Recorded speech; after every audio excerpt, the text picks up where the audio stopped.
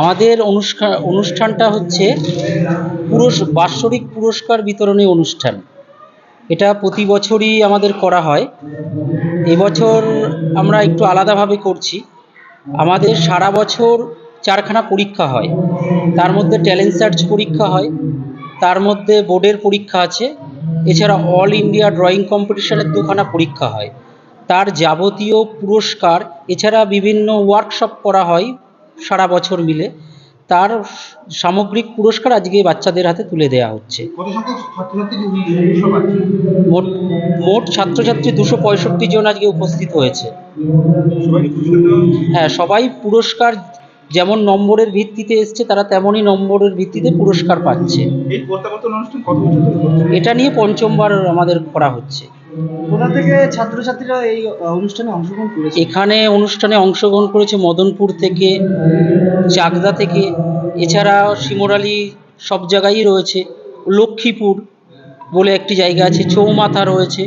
এই সমগ্র জায়গা থেকে এখানে ছাত্রছাত্রীরা। শুধু অঙ্কন প্রতিভা বা অন্য প্রতিভার মাধ্যমে আপনারা এই পুরস্কার বিতরণ করলেন? হ্যাঁ, অঙ্কন প্রতিভাটা রয়েছে। এবার অঙ্কনের অনেকগুলো ভাগ আছে, যেমন হচ্ছে সেটার ওয়াটার কালার, সেটা হচ্ছে ড্রাই প্যাস্টেল, এছাড়া ওয়ার্কশপ যেটা ফেব্রিক আর্ট, যেটা আমরা তুলে ধরছি সবার সামনে।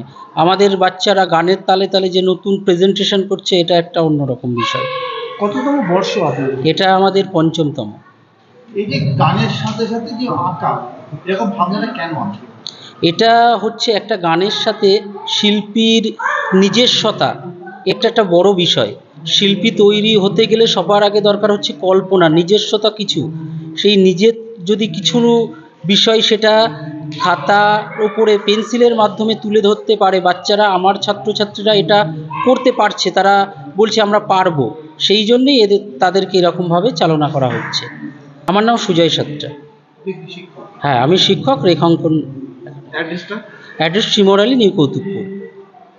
ভালো লাগছে। আমার ওর বাবা ছিল না, 1 ক্লাস করে বাকি ছিল। আমি কষ্ট করে ওদেরকে পড়িয়েছি, ওরা গ্র্যাজুয়েশন হয়েছে। সেই থেকে বিদ্যার্থীতে পড়তো, কোনোদিন মাস্টার দিতে পারিনি। তা সেখান থেকে পাস করে আসলো, এসে আঁকাও শিখতো। সেখান থেকে আস্তে আস্তে আস্তে আস্তে দুটো একটা করতে করতে এই পর্যন্ত এগিয়েছে। আপনার হাত দিয়ে প্রদীপ প্রজ্বলন করে আজকের অনুষ্ঠানটা সূচনা করলাম। হ্যাঁ, ভালো লাগছে। ছায়া সাতটা। অবশ্যই ভালো লাগছে। সব মা বাবারাই তো চায় ছেলে মেয়ে এগিয়ে যাক, আমরাও চাই এগিয়ে যাক। আমাদের সবারই ভালো লাগছে, সবার ছেলে মেয়ে পুরস্কার পাচ্ছে। কত বছর ধরে শিখছেন আপনার ছেলে? আমার ছেলে অনেক বছর, 11 বছর। কেমন শেখায়?